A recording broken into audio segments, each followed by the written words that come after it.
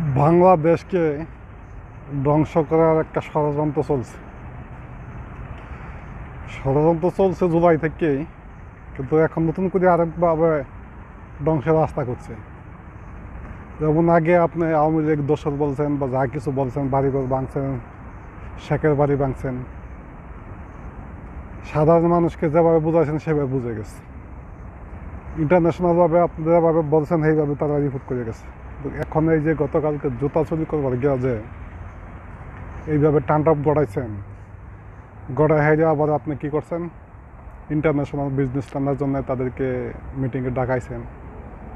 এখন ওরা যখন আবার সকালে ঘুম থেকে উঠে দেখবে সারা বাংলাদেশের মানুষ বাটা সুরঙ্গে জুতা চুরি করতে ঢুকছে, কেপসিতে ঢুকছে,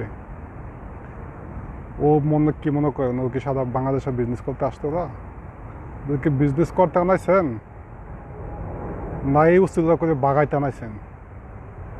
এটা জাতি জানতে চা। আপনি সাভারে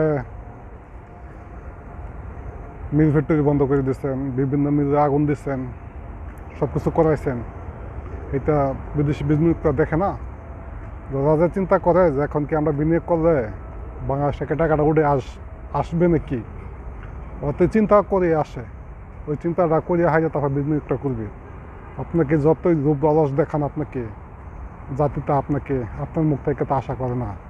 আর জাতি বুঝে গেছে যে আপনি নিজের 666 কোটি টাকা মাফ করাইছেন, 5 বছরের ট্যাক্স মকুব করাইছেন। আপনাকে জাতিকে কীভাবে আপনি ভালোবাসেন জাতি জানিয়ে গেছে। আপনার উপরে জাতির বিশ্বাস ছিল, সব ফাইলে দিয়েছেন আপনি।